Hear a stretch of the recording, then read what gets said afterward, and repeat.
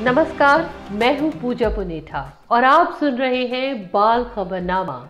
India for children की तरफ से बाल खबरनामा में आपका स्वागत है।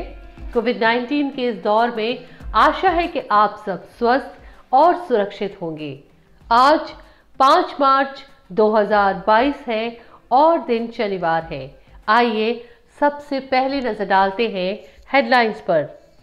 राजधानी दिल्ली में 29 बच्चों को मजदूरी से कराया गया आजाद। कश्मीर में स्कूलों के खुलने से बच्चे उत्साहित।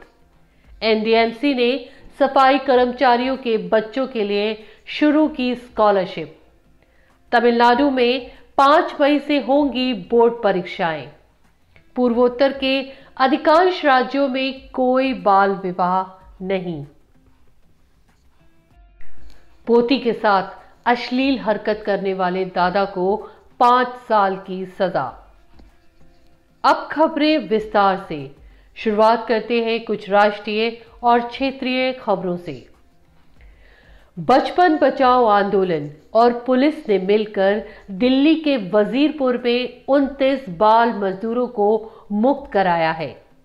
मुक्त कराए गए बाल मजदूरों में 27 लड़के और 2 लड़कियां शामिल हैं।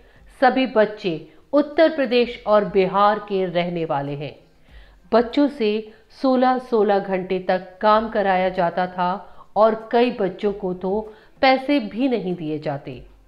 बच्चों को मुक्त कराए जाने पर उनका मेडिकल परीक्षण कराया गया और बाद में उन्हें पुनर्वास के लिए मुक्ति आश्रम भेज दिया गया। कश्मीर में कोरोना के मामले में आई कमी को देखते हुए वहां के सभी स्कूलों को फिर से खोल दिया गया है।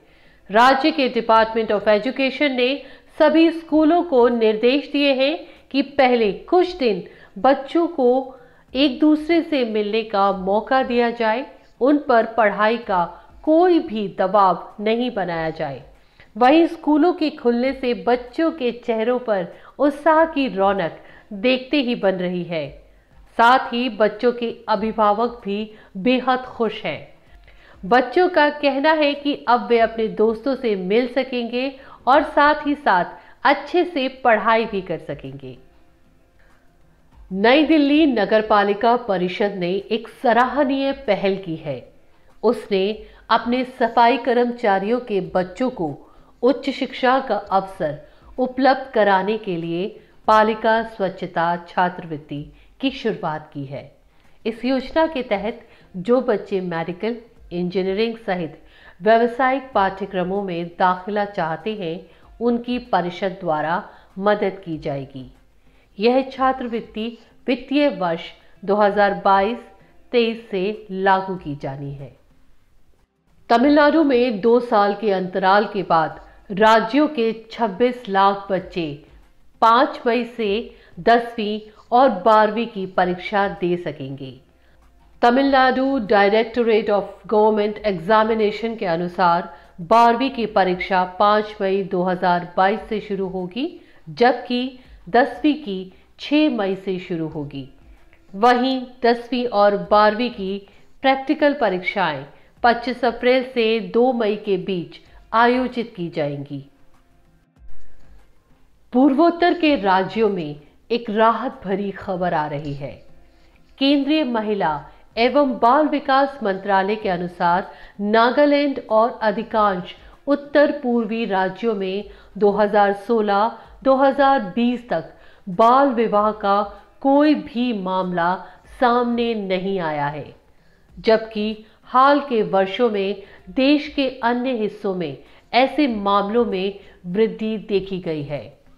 6 पूर्वोत्तर राज्यों नागालैंड, अरुणाचल प्रदेश, मणिपुर, मेघालय, मिजोरम और सिक्किम के अलावा गोवा और लद्दाख ऐसे राज्य पाए गए हैं जहां बाल विवाह के मामले नहीं के बराबर हैं। वहीं बाल विवाह के सबसे ज्यादा 484 मामले कर्नाटक में दर्ज किए गए हैं। कैलाश सत्यार्थी चिल्ड्रंस फाउंडेशन की पहल पर पूरे देश में यौन शोषण पीड़ितों को त्वरित न्याय मिलने लगा है। उदाहरण स्वरूप मुजफ्फरपुर के अहियापुर में नाबालिग पोती से अश्लील हरकत करने वाले एक दादा को पॉक्सो कोर्ट ने 5 साल की सजा सुनाई है। साथ ही साथ कठोर कारावास के साथ उसे 50,000 रुपए की जुर्माना राशि भी भरनी होगी। अभियुक्त स्वास्थ्य विभाग से रिटायर्ड हैं और वे परिवार से अलग होकर किराए के मकान में रहते थे। उधर पुणे में भी पॉक्सो अधिनियम के तहत एक फास्ट ट्रैक कोर्ट ने 38 वर्षीय एक मजदूर को 2 साल की बच्ची की अपहरण, बलात्कार और हत्या के मामले में मौत की सजा सुनाई है। कैलाश सत्यार्थी चिल्ड्रंस फाउंडेशन के हस्तक्षेप से पिछले कुछ दिनों से पॉक्सो कोर्ट ने जिस तरह से अपनी सक्रियता दिखाई है, उससे न्यायपालिका के प्रति लोगों का भरोसा जगने लगा है। अब कुछ महत्वपूर्ण अंतर्राष्ट्रीय खबरों को सुनने से पहले हम आपको यूक्रेन में MBBS की पढ़ाई कर रही हरियाणा की 17 साल की नेहा सांगवान की एक प्रेरणास्पद कहानी सुनाते हैं। नेहा ने रूस यूक्रेन युद्ध के बीच अपनी जान की परवाह किए बिना भारत लौटने से इनकार कर दिया है। उनके इनकार के पीछे का तर्क यह है कि उन्हें कॉलेज हॉस्टल में जब जगह नहीं मिली थी तब उनके मकान मालिक ने अपने यहाँ कमरा देकर उनको रखा था। नेहा ने अपने इस फैसले से भारत का झंडा यूक्रेन में और ऊंचा लहराया है। नेहा यूक्रेन में जिनके घर में किराएदार के तौर पर रह रही है, उनका मकान मालिक फौज में जंग लड़ने गया है। घर में उनकी बीवी और 3 बच्चे रहते हैं। मकान मालिक के बच्चों और बीवी पर युद्ध का असर ना पड़े, इसलिए नेहा ने स्वदेश वापसी का फैसला स्थगित कर दिया है। नेहा ने अपने इस फैसले से जहां एक ओर भारत का मान बढ़ाया है, वहीं उसने यूक्रेन के लोगों को यह याद दिलाया है कि यदि आप संकट की घड़ी में हमारी मदद करेंगे तो हम भी आपके लिए हमेशा तैयार रहेंगे और यही हमारी पहचान है। अब कुछ अंतर्राष्ट्रीय खबरों की ओर रुख करते हैं। विश्व स्वास्थ्य संगठन और यूनिसेफ ने बच्चों को लेकर अपनी अपनी 2 अलग अलग रिपोर्ट में चौंकाने वाले बयान दिए हैं। दोनों रिपोर्ट्स के तार कोरोना महामारी से जुड़े हैं। यूनिसेफ की रिपोर्ट बताती है कि महामारी ने जलवायु परिवर्तन के संकट को और बढ़ा दिया है, जिससे 1 अरब बच्चों के अधिकार बुरी तरह प्रभावित हो रहे हैं और उनके जीवन, सुरक्षा और विकास के लिए खतरा उपस्थित हो रहा है। इसलिए सरकारों को चाहिए कि वे अपनी योजनाओं में जलवायु परिवर्तन को केंद्र में रखें, विश्व के सभी बच्चों की शिक्षा, सुरक्षा और अधिकारों को सुनिश्चित करें। वहीं विश्व स्वास्थ्य संगठन ने भारत को चेतावनी दी है कि अगर महामारी के बाद भी बदइंतजामी के बीच स्कूलों में पीने के साफ पानी और स्वच्छता का समुचित इंतजाम नहीं किया गया तो बच्चों के जीवन को बहुत खतरा हो सकता है।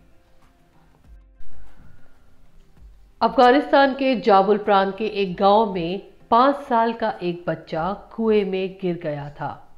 वे वहां 3 दिनों तक फंसा रहा, जिसे सफलतापूर्वक निकाल भी लिया गया। लेकिन रेस्क्यू ऑपरेशन की सफलता का जब लोग जश्न मना रहे थे, ठीक थोड़ी ही देर में बच्चे की मृत्यु हो गई। आइए इस बार आपको लापता बच्चों से संबंधित एक संक्षिप्त जानकारी देते हैं। राष्ट्रीय अपराध रिकॉर्ड ब्यूरो यानी NCRB के आंकड़ों के अनुसार 2020 में 59,262 बच्चे लापता हुए हैं। इसका मतलब ये है कि हर एक महीने में 4,938 से भी अधिक बच्चे लापता होते हैं और हर एक घंटे में 7 बच्चे लापता होते हैं। बच्चों की खबरों को जानने के लिए अगले हफ्ते इसी समय शनिवार को फिर से सुने बाल खबरनामा। तब तक के लिए इंडिया फॉर चिल्ड्रन की तरफ से मैं अपनी संपादकीय टीम कविता सुरभि, पंकज चौधरी, आशुतोष नेमा और रोहित श्रीवास्तव की तरफ से आपसे इजाजत चाहूँगी।